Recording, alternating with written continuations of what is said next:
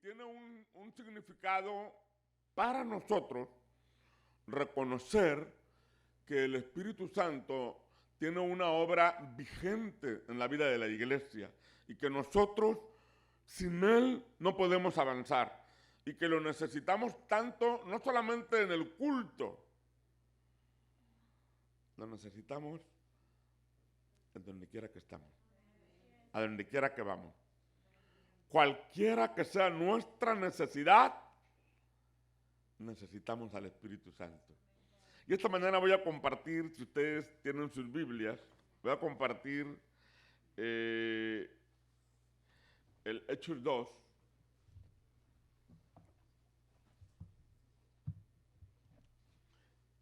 Hechos 2.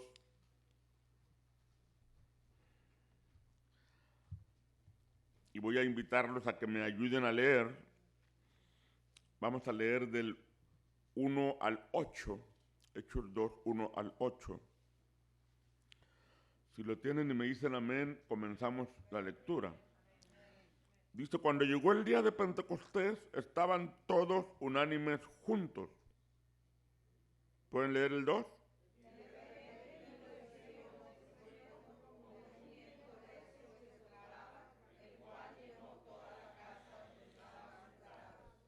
Se llama lectura antifonal, ¿verdad? Yo leo un versículo y ustedes otro, y en el 8 nos unimos.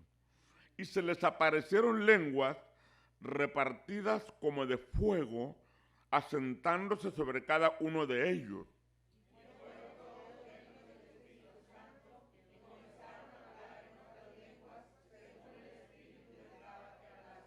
Moraban entonces en Jerusalén judíos, varones piadosos, de todas las naciones bajo el cielo.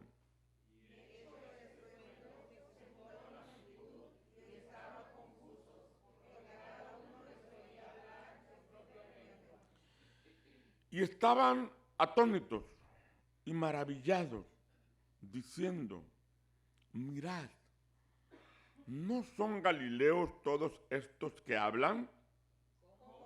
Les oímos hablar cada uno.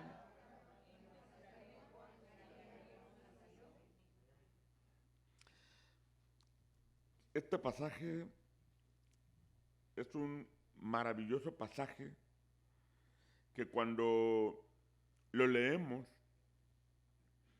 nos recuerda primero que es un momento real en la historia, porque dice cuando llegó el día de Pentecostés. Y cuando llegó el día de Pentecostés, esta aseveración histórica pone el momento en un día importante para el pueblo de Israel, porque 50 días después, que es lo que significa Pentecostés, 50 días después de la cosecha, 50 días después de la Pascua, ellos venían para celebrar que Dios había sido fiel proveyendo para todas sus necesidades. Y si ustedes ven bien el pasaje, dice, judíos de todas las naciones bajo el cielo. Quiere decir que no importaba a qué ciudad hubieran sido llevados, cautivos en la antigüedad, o donde se hubiesen desarrollado sus familias, había una conexión que el día de Pentecostés a muchos les hacía trabajar en viajes extensos para llegar a Jerusalén con sus primicias. Algunos llegaban con sus riquezas y compraban un toro para el holocausto y preparaban las ofrendas. Pero la gente que viene el día de Pentecostés de cualquier parte del mundo a Jerusalén es gente que viene agradecida. Porque los amargados y renegados se quedaban allá en su tierra, ¿verdad? Pero los que tenían agradecimiento y no querían olvidar a Jerusalén, sentían que ir a Jerusalén era parte de su historia, parte de su identidad cultural, idiomática o histórica, procuraban regresar ese día porque se veían con judíos de todas las naciones. Era una Babel, ¿no? Porque muchos de ellos solo hablaban la lengua de la tierra donde estaban, pero no olvidaban sus raíces. Esta parte histórica es importante enfatizarla porque lo que ahora conocemos como pentecostalismo o el continuismo del Espíritu Santo o incluso el movimiento carismático no son productos de casualidad, no son una invención fantasmagórica, sino que tienen un lugar en la historia y que en el capítulo 2 del libro de los Hechos habla claramente cuando llegó el día de Pentecostés. Ahora, ese cuando tiene un toque profético, porque cuando te vuelva a ver, cuando me pagues lo que me debes, cuando vengas a casa, cuando yo sea grande, cuando termine de pagar la casa, el cuándo. Ese es un toque profético, escatológico, que habla de nuestras aspiraciones y de nuestras esperanzas. Cuando llegó el día de Pentecostés era algo que estaban esperando para celebrar, pero también Dios tenía un plan para ese día. Y esta mañana nosotros necesitamos tener la seguridad de que está nuestra vida en las manos de Dios y que Dios tiene un plan para nosotros y que no importa de cualquier parte del mundo donde vengamos o a donde nos lleve, Él no nos va a dejar ni nos va a desamparar. Pero hermanos, hay una expresión muy poderosa en el versículo, porque dice, estaban todos unánimes juntos.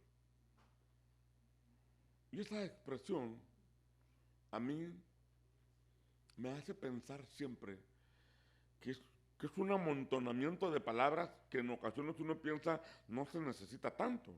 Porque todos, pues no falta nadie. Unánimes, pues no falta nadie. Juntos, pues también pegaditos.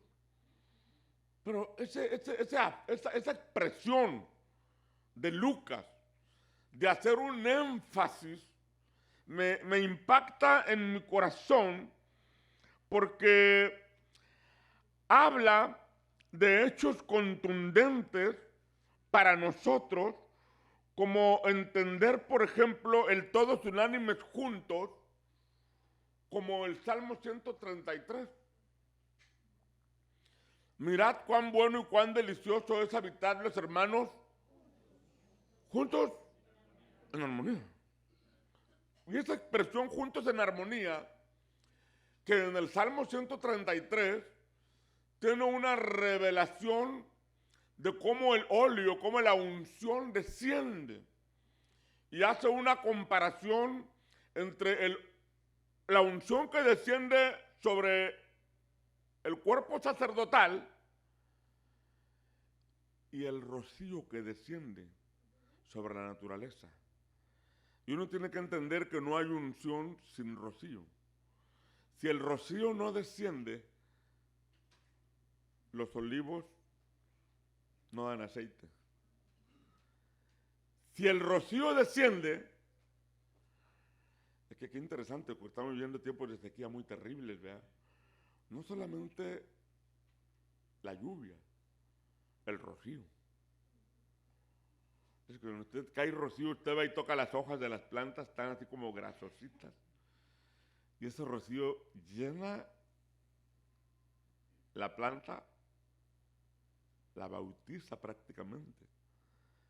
Y se convierte en una enzima poderosa para que la planta crezca y para que el fruto de la planta sea poderoso. Fíjese que este recurso maravilloso que vemos en el todos unánimes juntos, y que incluso el Salmo 133 lo relaciona, que ahí envía Jehová bendición y vida eterna. Esto me hace pensar un poco en la expresión, porque la unanimidad, unánimes, la unanimidad es muy difícil de lograr, porque cada cabeza es un mundo, cada quien tiene su propia idea, cada quien tiene su propio proyecto, y está dispuesto a defenderlo y a atacar a otros con tal de que el suyo sea. Pero aquí estaban todos unánimes juntos, eran un alma, unánime, un ánima. Haga de cuenta que una sola mente, un solo sentimiento, una sola emoción, una sola búsqueda. Pero esta expresión, cuando yo la veo aquí, por ejemplo, yo veo en Hechos 1:14 cuando dice: todos estos perseveraban unánimes en oración y ruego. Ahí está, la unanimidad y la perseverancia. Y luego en el capítulo 2, en el versículo 42, dice: y perseveraban en la doctrina de los apóstoles, en la comunión. Ahí está otra vez lo unánime. Y luego en el versículo 44 dice: todos los que habían creído estaban juntos y tenían en común. Lo unánime. Y luego en el versículo 46 dice: y perseverando unánimes. O sea, hay una expresión que Lucas enfatiza, que nos recuerda, y yo puedo citar, por ejemplo, en Hechos 3:11, cuando dice que estaban junto al pórtico por el cojo que había sido sanado, dice: y todo el pueblo. Es un impacto que se produce por un Pentecostés, por un milagro, en que la nación, la ciudad, es poderosamente impactada. Y en el capítulo 4, por ejemplo, de los Hechos, en el versículo 24 dice: y ellos, habiéndolo oído, alzaron unánimes la voz a Dios. Fíjese, esta expresión que viene aquí es muy poderosa, porque cuando uno dice alzaron la voz unánimes a Dios y dijeron, y escribe la oración. Y nosotros cuando oramos unánimes, cada quien ora lo que siente, lo que piensa y dice cada quien lo suyo. Pero aquí, cuando uno lee esta oración específica, cita pasajes proféticos. Quiere decir que cuando oraron, yo no sé si primero escribieron la oración y luego la repitieron, o abrieron la escritura y uno de los apóstoles dijo: a ver, miren, aquí dice el texto, a ver, repítanlo todos conmigo, no sé, pero Lucas dice que todos unánimes alzaron la voz, al orar dijeron. Esto habla de una misma petición, de una misma necesidad. Y luego, si usted sigue en el capítulo 4 conmigo, dice el versículo 31, cuando hubieron orado, el lugar en el que estaban congregados tembló y todos, dice, todos fueron llenos del Espíritu Santo. Esta expresión, todos fueron llenos, la vamos a encontrar repitiéndose en el libro de los Hechos y la vamos a encontrar como una doctrina importante en el Nuevo Testamento que había sido prometida desde el Antiguo Testamento y que había tenido manifestaciones esporádicas, pero que en el Nuevo Testamento se cumple como una respuesta de Dios para todo aquel que cree, para toda la iglesia. Pero hay todavía un pasaje ahí en el 4, dice el versículo 32, que dice: y la multitud de los que habían creído era de un corazón y un alma. Ahí voy a dejar el concepto de lo unánime, pero hermanos, unánimes juntos, todos unánimes juntos, me parece un bonito eslogan, un bonito lema, una bonita declaración de batalla contra el enemigo para decirle que todos nosotros estamos unánimes juntos, que somos una familia, que somos una comunidad de fe, que el enemigo puede tratar de meter discordia, pero no podrá porque estamos todos unánimes juntos. Ahora, ahí es donde el Espíritu desciende. Cuando se acaban las fronteras de nuestras diferencias, cuando se acaban las fronteras de nuestros intereses, cuando se acaban las diferencias de nuestros pensamientos, es un poquito difícil, porque alguien tiene que ceder. Y no es que yo voy a ceder para que otro se aproveche, no. Voy a ceder para que el Espíritu Santo se manifieste en todos. Voy a ceder para que el Espíritu Santo prevalezca, para que el Espíritu Santo haga lo que Él quiere hacer para la gloria de su nombre. Pero también, aparte de que es un momento histórico, es un momento, le llamo yo, de acciones inesperadas. Vamos a regresar al capítulo 2, porque dice el versículo 2, de repente. Hechos 2, de repente. Ahora, usted piense conmigo un momento. Jesús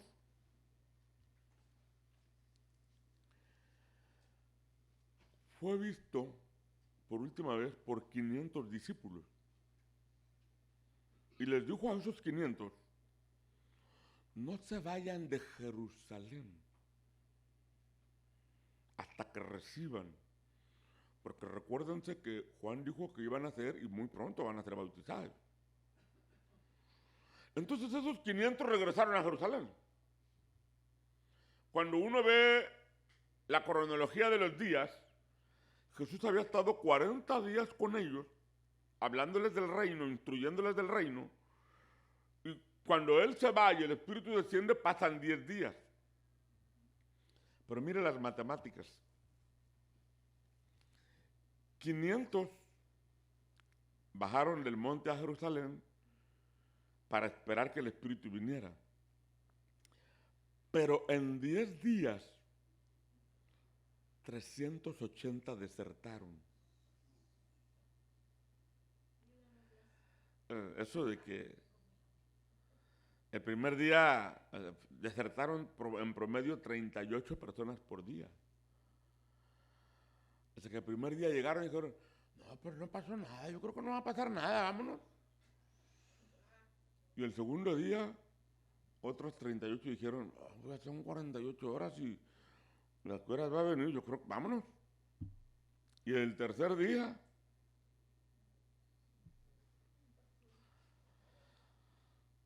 algunos probablemente se iban decepcionados, algunos probablemente se iban dudando, otros probablemente se iban porque tenían problemas financieros, iban, en lugar de quedarse a que el Señor les respondiera, se iban porque tenían problemas financieros, porque dicen que las personas cuando más necesitan de Dios, cuando más se alejan. Usted le pregunta a alguien, ¿por qué no has venido al templo? Pues es que he tenido muchos problemas, pues es cuando más debes acercarte.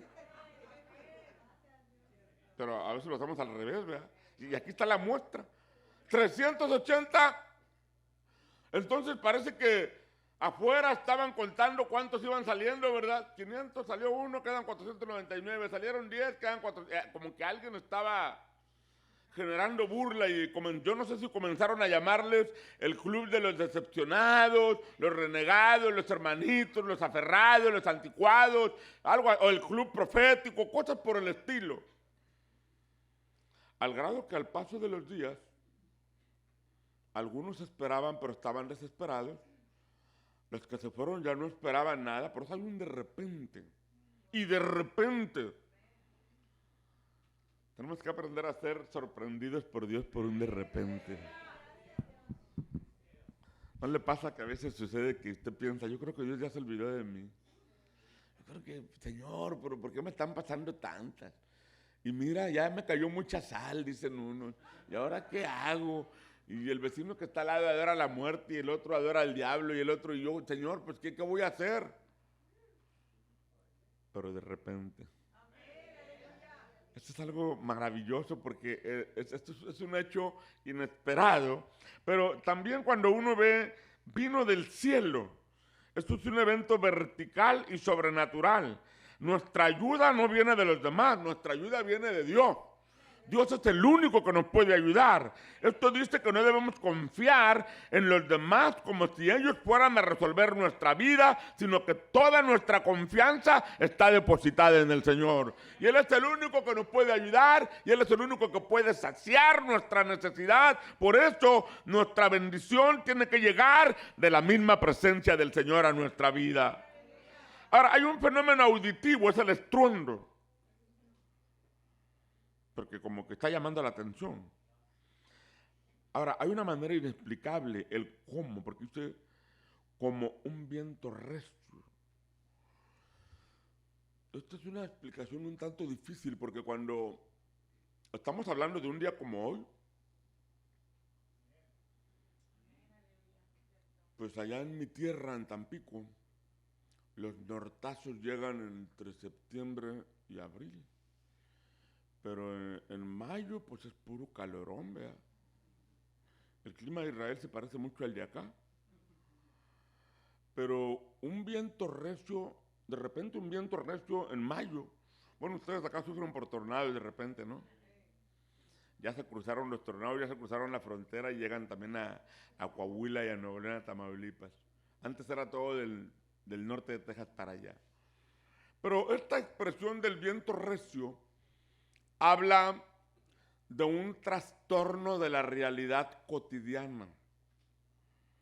Es decir, nosotros estamos acostumbrados a hacer las cosas de una manera. Y muchas veces cuando fracasamos por hacer las cosas a nuestra manera.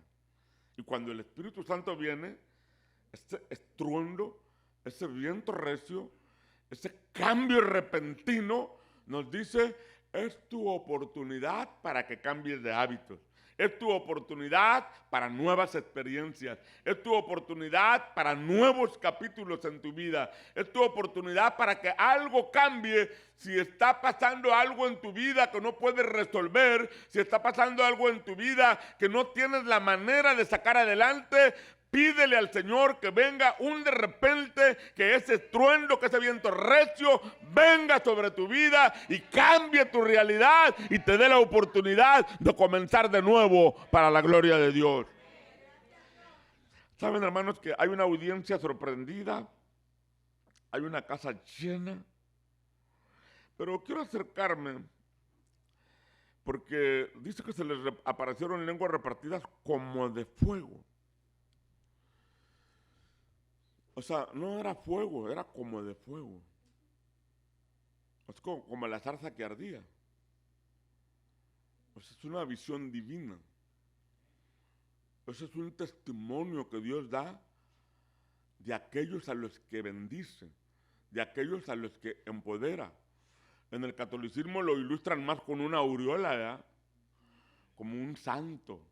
Y a lo mejor no es algo que estamos buscando ni esperando, pero en donde quiera que nosotros estamos, hay como una lengua de fuego encima de nosotros. Es decir, Dios por su maravillosa gracia nos distingue, nos da un lugar especial en donde quiera que vamos.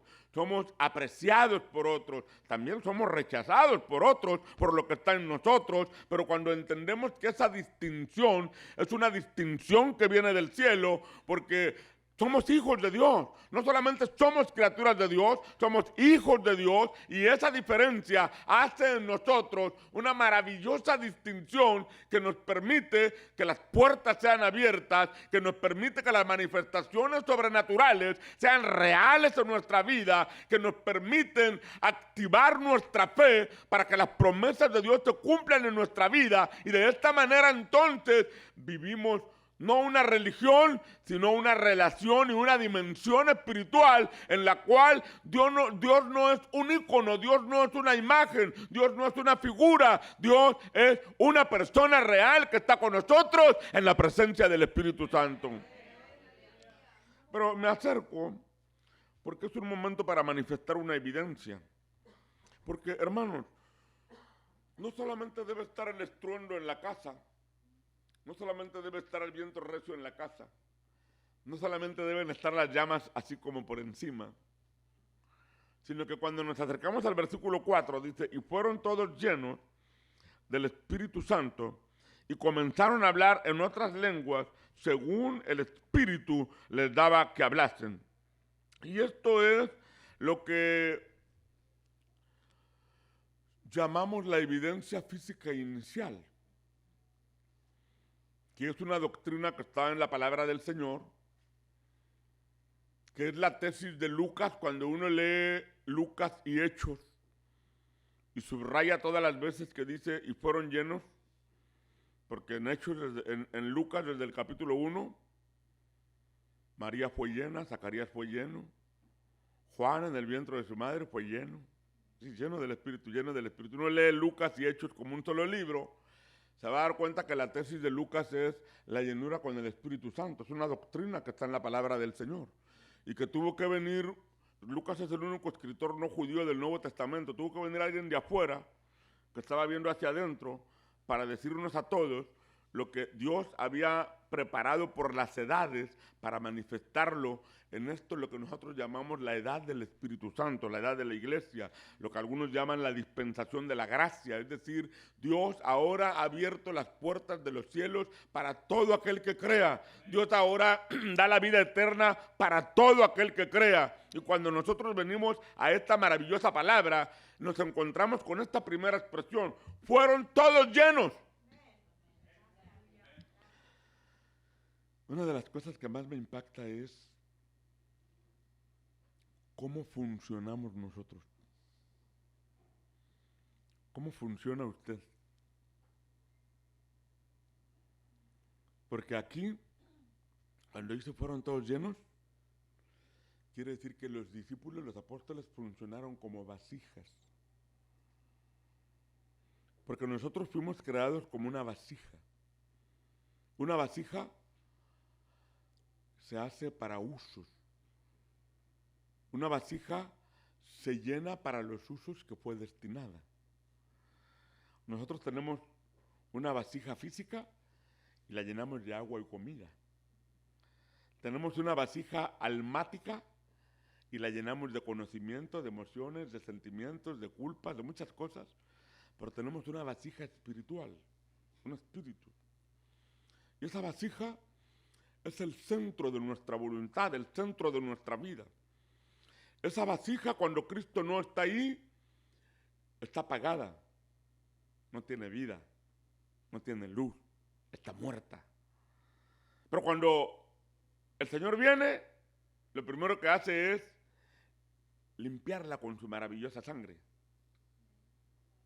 Porque ya vosotros estáis limpios por la palabra que os he hablado, le dijo Cristo a los discípulos. Y San Juan dice, la sangre de Jesucristo, su Hijo, nos limpia de todo pecado. Cuando eso sucede, entonces la vasija tiene que ser utilizada para los fines que fue construida. Esa es la razón por la que las personas en el mundo son infelices, porque su vasija está apagada, está vacía, están insatisfechos, están incompletos. ¿Hasta cuándo? Hasta que Cristo viene y los hace renacer de muerte a vida. Pone la luz, los sella con su espíritu. Pero entonces cuando el Señor ya tiene esta vasija, para que esta vasija funcione, tiene que llenarse. Y todos llenamos nuestra vasija, pero nuestra vasija fue diseñada para llenarse del Espíritu Santo. Y cuando nosotros no la llenamos del Espíritu Santo, se llena de otras cosas. Pero no fue diseñada para llenarse de otras cosas. Cuando éramos niños, nos daban un librito amarillo que se llamaba El corazón del hombre. Y decía, el corazón del hombre puede ser un templo de Dios o un taller de Satanás. ¿Y cuándo es el templo de Dios? Cuando produce el fruto del Espíritu. ¿Y cuándo es un taller de Satanás? Cuando manifiesta las obras de la carne. Ahí está. Esto cuando no nos llenamos del Espíritu, manifestamos las obras de la carne. Nos llenamos de odio, de resentimiento, de rencor. Todo lo que dice la Biblia, celos, iras, amarguras, resentimientos. Pero cuando nos llenamos del Espíritu, entonces funcionamos como un templo del Espíritu.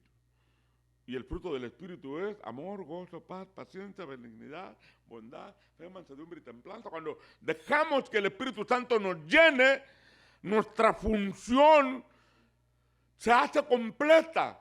Porque dice San Pablo, todo vuestro ser, espíritu, alma y cuerpo sea guardado irreprensible hasta la venida del Señor. Y cuando entendemos esta expresión, entonces tenemos que llenarnos. Yo no puedo permanecer vacío.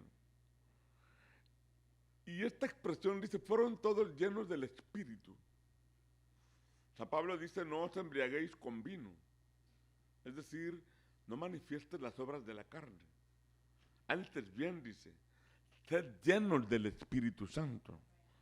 Esa es nuestra necesidad personal, llenarnos del Espíritu de Dios. llenarnos de la gracia de Dios. Y cuando me acerco a este maravilloso texto, el texto es poderoso, tiene mucho que darnos, pero cuando dice comenzaron, ¿está viendo ahí? ¿Qué dicen los maestros? Es un aoristo. ¿Qué quiere decir? Comenzaron. Es una acción continua en el tiempo. ¿Sabe lo que eso significa? Desde entonces comenzaron a llenarse del Espíritu Santo. Eso me llena mucho a mí. Porque aunque es algo que es histórico y está ahí, no fue diseñado para quedarse solamente ahí, sino que el plan maravilloso de Dios es que esto que Él inició con los discípulos sea algo continuo en el tiempo, que cada generación experimente la llenura con el Espíritu Santo. No solamente que cada generación, sino que todos los días nosotros necesitamos llenarnos del Espíritu Santo. Usted toma un vaso con agua, está lleno, ¿y qué hace con él? Y cuando se lo acaba, ¿qué hace? Esta es una botella, pero si fuese un vaso y tiene más sed, ¿qué hace? Vuelve a llenar. Esto significa comenzaron, a hablar en otras lenguas, comenzaron a llenarse del Espíritu Santo. Quiere decir que todos los días, necesitamos llenarnos del Espíritu Santo. Y esa es la maravillosa experiencia que hoy tenemos, en reconocer que todos los días el Espíritu Santo quiere andar con nosotros. Yo entiendo que esto es difícil para algunos, porque si el Espíritu Santo llega a tu vida, se va a meter en todas las áreas de tu vida. A lo mejor por eso algunos no quieren, no, mejor en el templo haz conmigo todo lo que quieras, Señor, pero ya que me vaya del templo, dame chance de dedicarme al mundo. Pero si el Espíritu Santo viene a tu vida, Él va a escuchar todo lo que tú dices. Él va a ver todo lo que tú ves. Él va a oír todo lo que tú oyes. Él va a ver todo lo que tú escribes, todo lo que tú deseas, todo lo que tú decides. Por eso algunos mejor dicen, no, el domingo a las 10 de la mañana nos vemos en el templo, Espíritu Santo. Pero el lunes dame chance de empezar mi semana y hacer lo que yo quiero. Ese es el problema de la cristiandad en el mundo. Esa es la realidad. Porque, hermano, tenemos esta maravillosa bendición de que Él quiere estar con nosotros. La gente vino a Jerusalén porque el único lugar donde estaba Dios era en Jerusalén. Pero ese día del Pentecostés, cuando el Espíritu Santo llegó para no quedarse en el templo, para irse con ellos. Porque Jesús les había dicho, recibiréis poder cuando haya venido sobre vosotros el Espíritu Santo y me seréis testigos en Jerusalén, en toda Judea, en Samaria y hasta lo último de la tierra. Ese día, en un solo día, esta palabra de Jesús casi se cumple. Entonces, vea conmigo el texto, porque dice el versículo 5, moraban entonces en Jerusalén judíos, varones piadosos, dice, de todas las naciones. Jerusalén y toda Judea.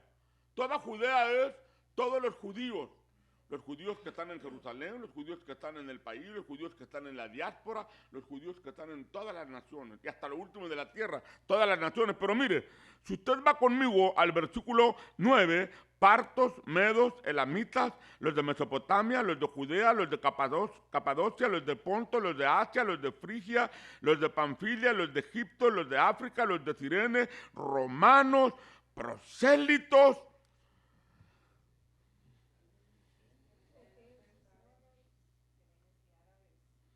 En un solo día, en un solo momento, esa palabra profética de Jesús. Esta gente se llenó del Espíritu Santo y se fueron a sus países. ¿Y luego qué pasó? Cuando a los cristianos los expulsaron o los persiguieron, ¿qué hicieron? se fueron a todas esas naciones a establecer la iglesia. Y cuando llegaron, sí, yo estuve en Pentecostés. Porque llegaban primero a donde estaban los judíos, los prosélitos, las sinagogas.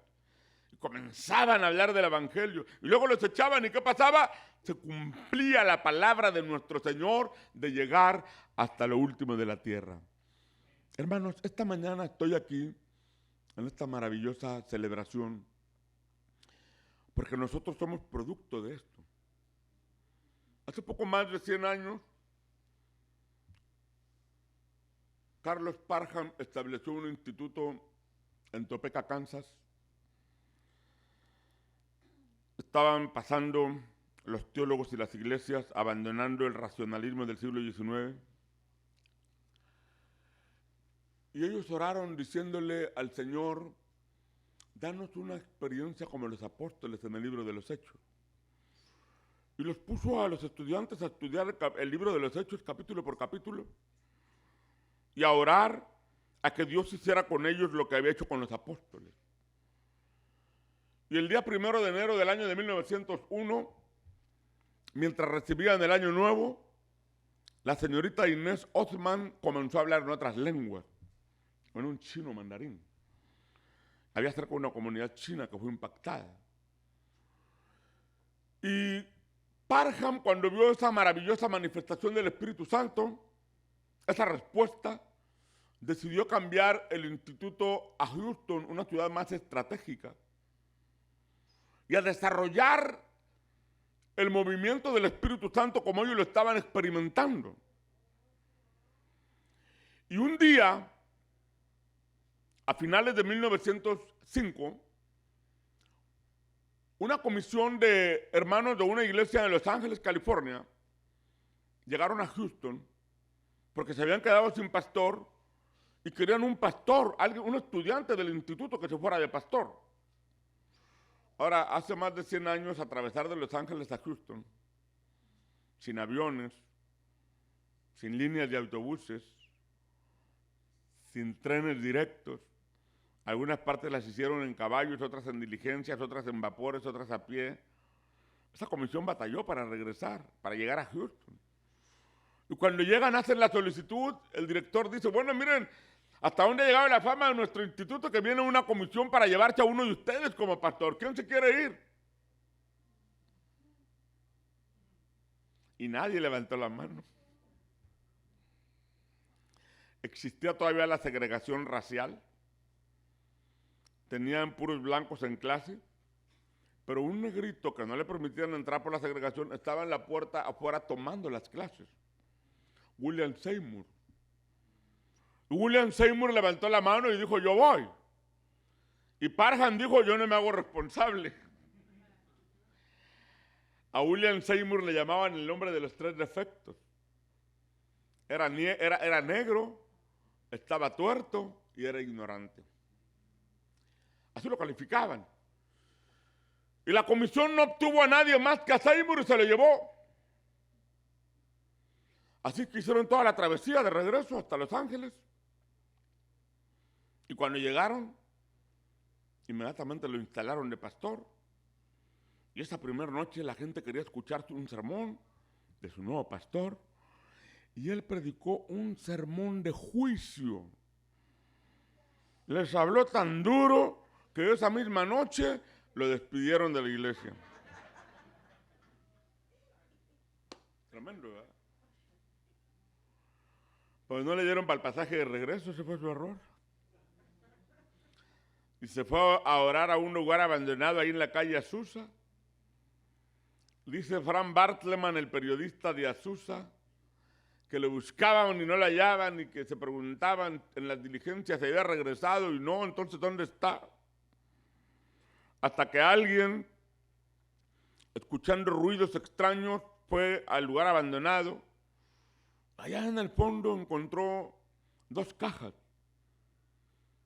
Y en esas cajas se veía que abajo estaban unas manos con una Biblia y en la caja que estaba encima se veía la cabeza de un hombre. Así oraba William Seymour. Y cuando la persona se acercó para ver si era él y le habló por su nombre, el hombre salió y cuando quiso responder, la persona que venía a verlo fue llena del Espíritu Santo, cayó al suelo y comenzó a rodar y a hablar en otras lenguas. Y entonces comenzaron a venir las personas para ver qué era ese ruido, y para cuando acordaron, el Times de Los Ángeles saca la nota donde dice: lo que está pasando en la calle Azusa no sabemos si tiene que ver con el temblor de San Francisco, pero lo que pasa es que hay estruendo, hay ruido y hablan en lenguas, dicen que ellos pueden descifrar la Babel, se burlaban de lo que estaba pasando. Pero ¿qué estaba pasando? Las personas que llevaban a ese lugar comenzaban a recibir la llenura con el Espíritu Santo, y Dios estaba inaugurando un nuevo avivamiento para la iglesia, para que todo el siglo XX fuese llamado como un siglo de pentecostalismo, de búsqueda de llenura con el Espíritu Santo. Y entonces es maravilloso decir que venían personas de todas partes y les tenían que poner la mano para que recibieran el Espíritu Santo. Pero cuando venían los blancos, pues se resistían, porque como un negro les iba a poner las manos.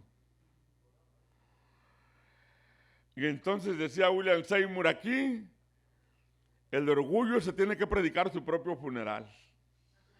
Y los que sean fuertes, decía, van a tardar, pero entre más tarden, más van a sufrir.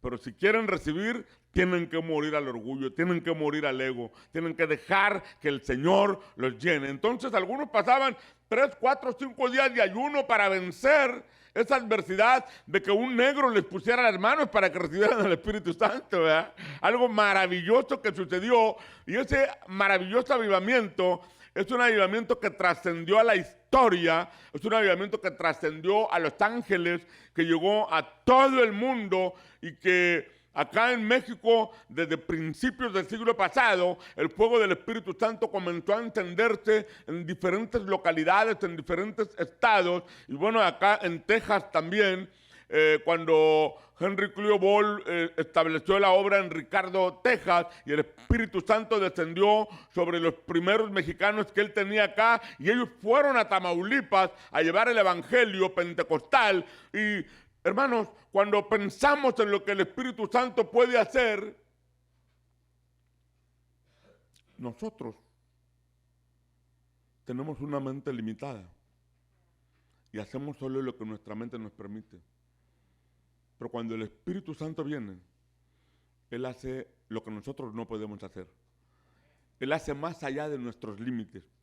Y cuando vemos que fueron llenos del Espíritu Santo y que el Espíritu Santo descendió sobre ellos, es una maravillosa obra que Dios desea hacer en la vida de las personas. Esta mañana, cuando estoy aquí con ustedes, hermanos, quiero honrar esta palabra. Quiero pedirle al Señor que Él, por su gracia maravillosa, ratifique esta palabra en nuestras vidas. Porque esta palabra es para todos. Esta palabra no tiene límites eclesiásticos, denominacionales, raciales, idiomáticos. Rompe todos los estándares. Porque el Espíritu Santo precisamente no hace discriminación. No rechaza a nadie. Y cuando nosotros estamos dispuestos a hacer esa vasija que se llena, esa vasija que se lava, esa vasija que se derrama, entonces esto que Dios hizo con los apóstoles es algo que también quiere hacer con nosotros.